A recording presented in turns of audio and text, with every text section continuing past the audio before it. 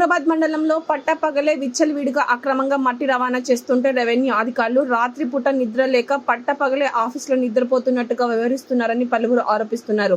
మెదక్ జిల్లా మనోరాబాద్ మండలంలో ముప్పిరెడ్డిపల్లి ఓ పరిశ్రమలకు టిప్పర్ ద్వారా అక్రమంగా మట్టి రవాణా చేస్తుంటే కళ్ళు కనిపించకుండా గుడ్డి గుర్రం పళ్ళు తోమినట్టుగా అధికారులు వ్యవహార తీరు మారుతున్నట్లు లేదని మరికొందరు వాపోతున్నారు.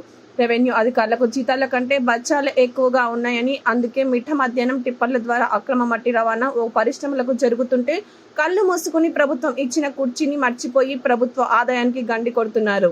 ఎంచక్క ప్రభుత్వ ఆదాయానికి సమకూర్చాల్సిన అధికారులే ఆదాయం ప్రభుత్వానికి రాకుండా తన జేబుల్లోకి వచ్చేటట్టు చూసుకుంటున్నారని పలువురు విమర్శిస్తున్నారు. కళాఖాల్ ముప్పిరెడ్డిపల్లి పరిశ్రమలకు ఎచ్చెందంగా టిప్పర్ లారీల ద్వారా అక్రమంగా మట్టి రవాణా జరుగుతుంటే మైనింగ్ సోమరితనం, రెవెన్యూ అధికారుల బండ సోమరితనం అని చెప్పుకోవచ్చని పలువురు ఆవేదన వ్యక్తం చేస్తున్నారు.